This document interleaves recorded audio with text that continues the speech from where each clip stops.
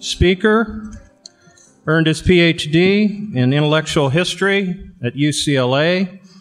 He's the editor of the Mises Review, contributor to such journals as Analysis, the International Philosophic Quarterly, Journal of Libertarian Studies, Quarterly Journal of Austrian Economics.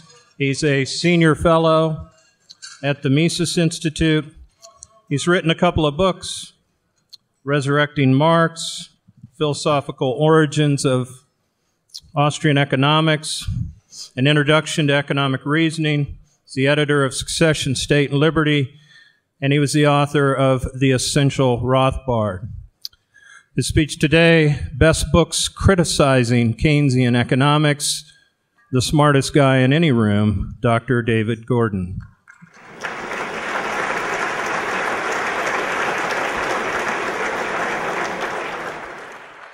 I've been asked to talk to you this afternoon on books critical of Keynesian economics, and the first one that I want to mention is the one I think people should read first if they're unfamiliar with the subject, because it's written in a very easy to understand style. And this is by Hunter Lewis, Where Keynes Went Wrong.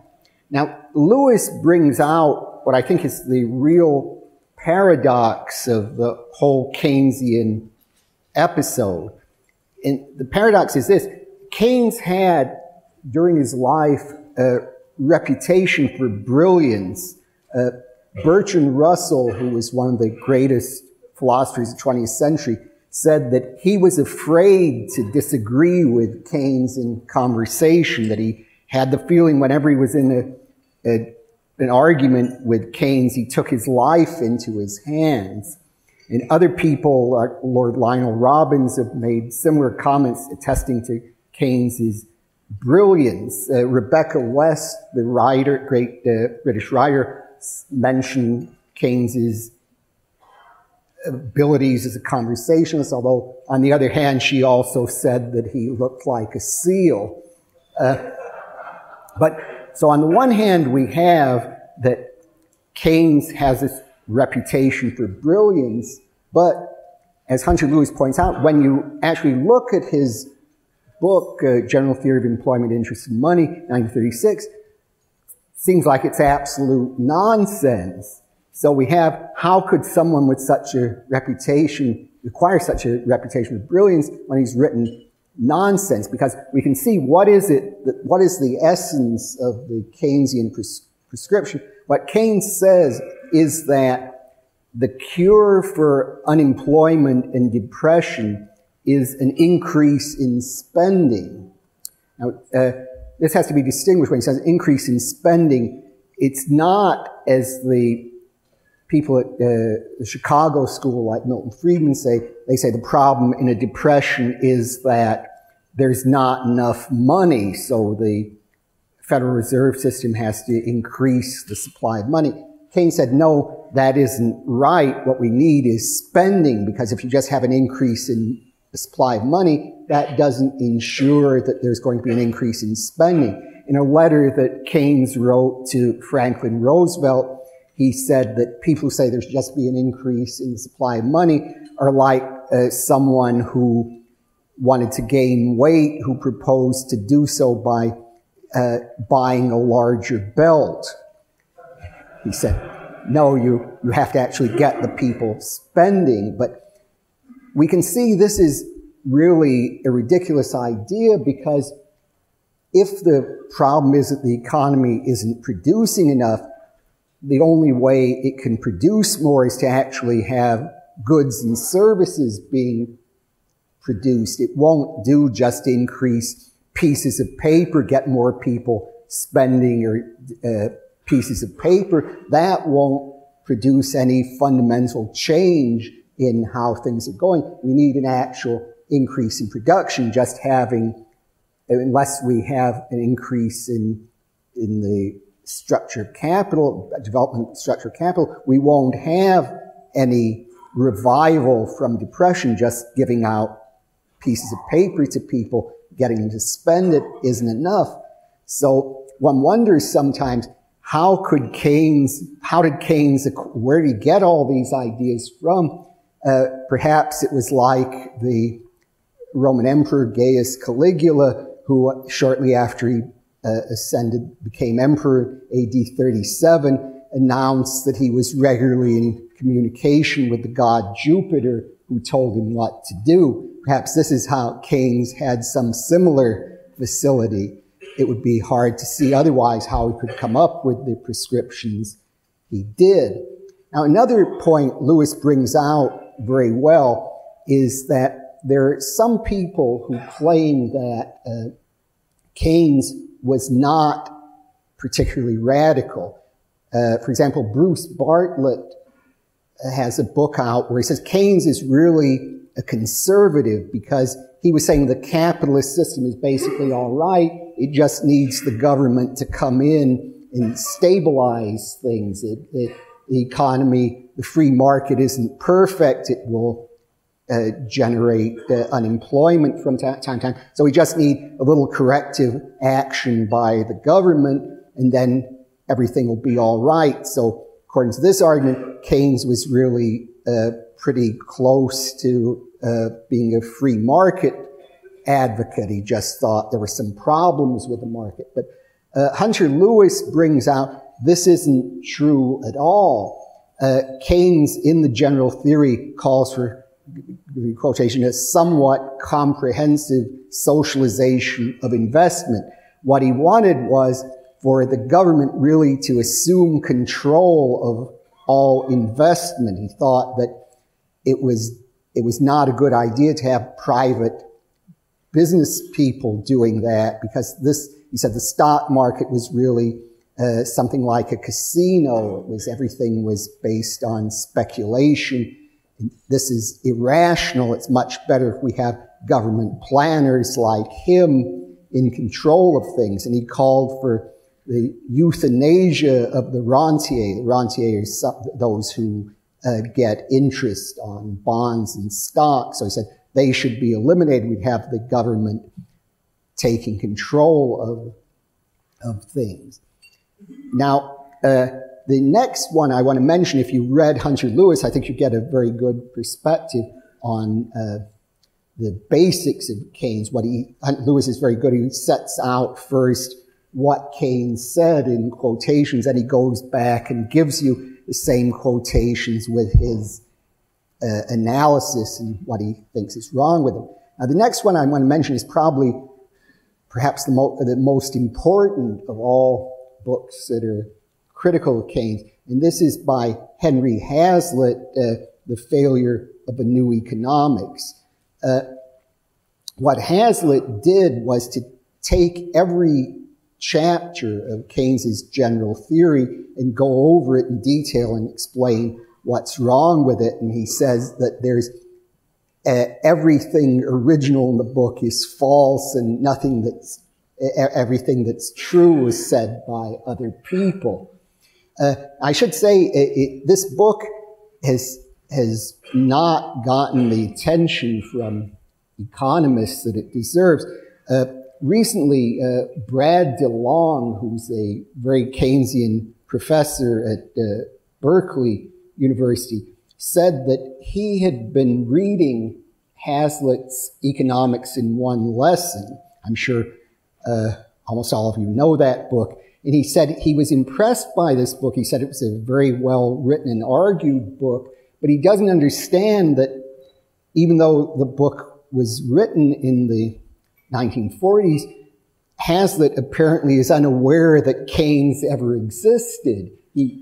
DeLong, although he's a professional economist specializing in Keynes, has no knowledge that Hazlitt wrote a whole book criticizing Keynes in detail. I'm afraid this is just typical of what academic life is like today.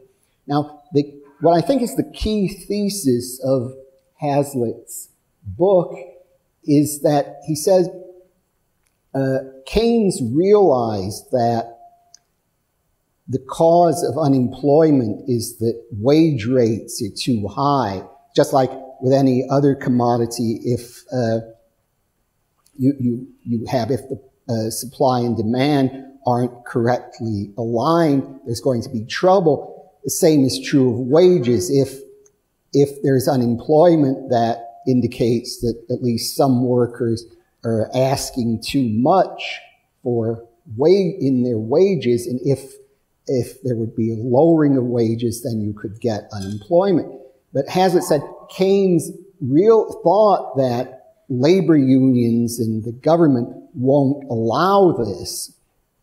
They won't allow wage reductions. As he said, wages are sticky downwards. You can't reduce wages. So the way around this, he thought people are in the grips of a money illusion.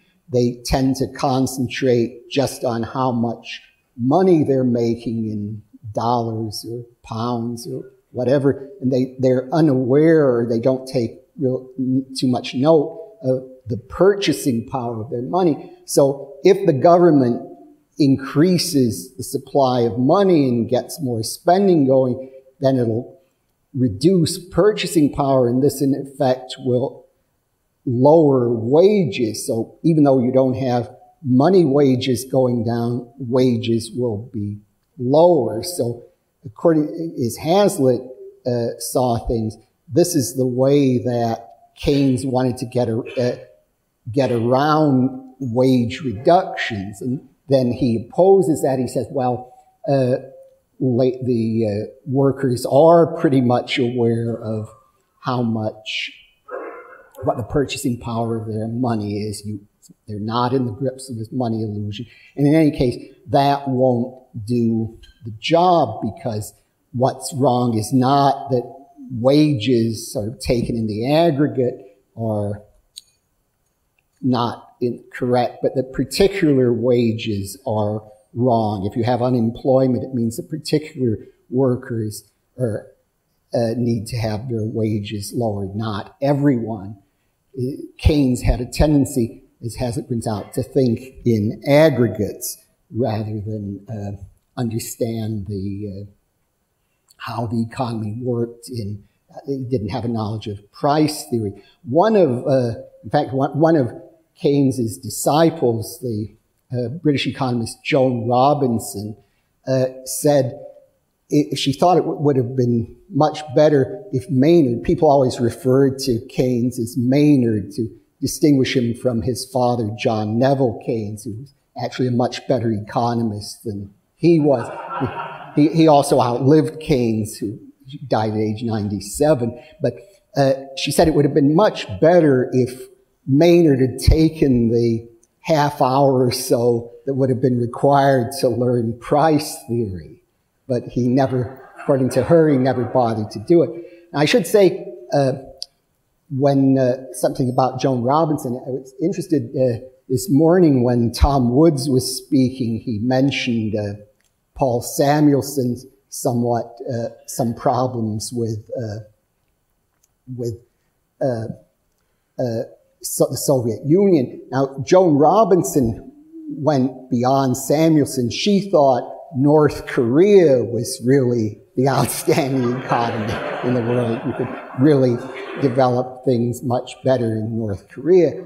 Now, the next book I want to mention is a collection edited by Hazlitt called The Critics of Keynesian Economics. This includes a number of articles, including reviews by Frank Knight and Jacob Viner, who did contemporary reviews of Keynes's book when it came out. And I want to call attention to two articles in that collection by Ludwig von Mises. One is called Stones into Bread, the Keynesian Miracle, and the other is Lord Keynes and Say's Law. And what Mises points out is that really in the economy, the fundamental thing we have to consider is that demand for goods really consists of a supply of other non-competing goods. So we can't really increase production just by increasing the amount of money, increasing spending. The economy can only get going by a genuine increase in production. Mises, I should say, as you would expect, had a very low opinion of Keynes. I remember a friend of mine who attended Keynes, Mises for a time taught, in addition to a seminar at NYU, he also taught an undergraduate course for a while. And Mises had said that no economist would ever make a particular statement. So a student put up his hand and said, "Oh, but Professor Mises," and he quoted from a textbook, this professor says just what you said no economist would ever say. And Mises replied, "You see, he is not an economist, he's a Keynesian." The next book I want to mention is continues Mises' point on Say's law. This is by W.H. Hutt, called The Keynesian Episode. There was an earlier version of the book called Keynesianism, Retrospect and Prospect, came out in 1963, but it's basically the same book. Now, what Hutt does is to go into detail on this point about Say's law, that explaining in detail how it works and how it invalidates the Keynesian system. And he also shows how earlier economists Keynes pretended that no economist before him had really addressed the problem of unemployment, but Hutt shows in detail that it was many economists had done so, and that unemployment can readily be handled within the framework of standard economics. Now, one does have to be a bit careful. Hutt is a bit hard to read. He had a rather difficult style. Someone said that he really wrote his books in Huttite. I see I'm running out of time. The last book I want to mention is, there's some chapters in Murray Rothbard's Man, Economy, and State that are really deal with Keynes in a really outstanding way, as one would expect of Murray Rothbard. And what Rothbard points out is there's one way in which the Keynesians try to get out of this claim that really if you allow wages to fall sufficiently, then you wouldn't have unemployment. They say, well, what about if people just took all their money and didn't spend it at all? What about hoarding? What if people just didn't spend it all? Keynes spoke of liquidity preference, that people would just take all their money and not spend it or not invest it, so then the economy would just spiral downwards. And what Rothbard says is, no, if he doesn't think this is going to happen, but if it did, he said that would just speed the process of adjustment, so it wouldn't be a problem at all. And he also has really, I think Bob Murphy in his study guide is quite right to say that Rothbard is simply brilliant on these points. He makes fun of a famous Keynesian multiplier where Keynes said that if the government spends $1, it's really several dollars will be, there'll be a several dollars increase in spending depending on what the multiplier is. What Rothbard says, well, if you use that same kind of argument, you could get a personal multiplier showing if you say you give me or give him money, it'll generate a multiplier of millions of times. So he's really a great reductio ad absurdum of the whole Keynesian system.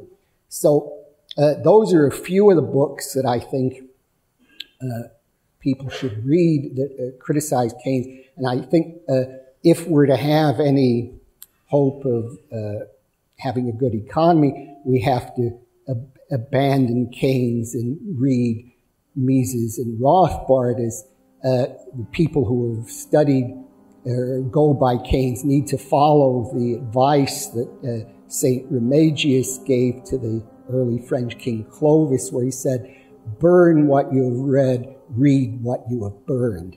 Thank you.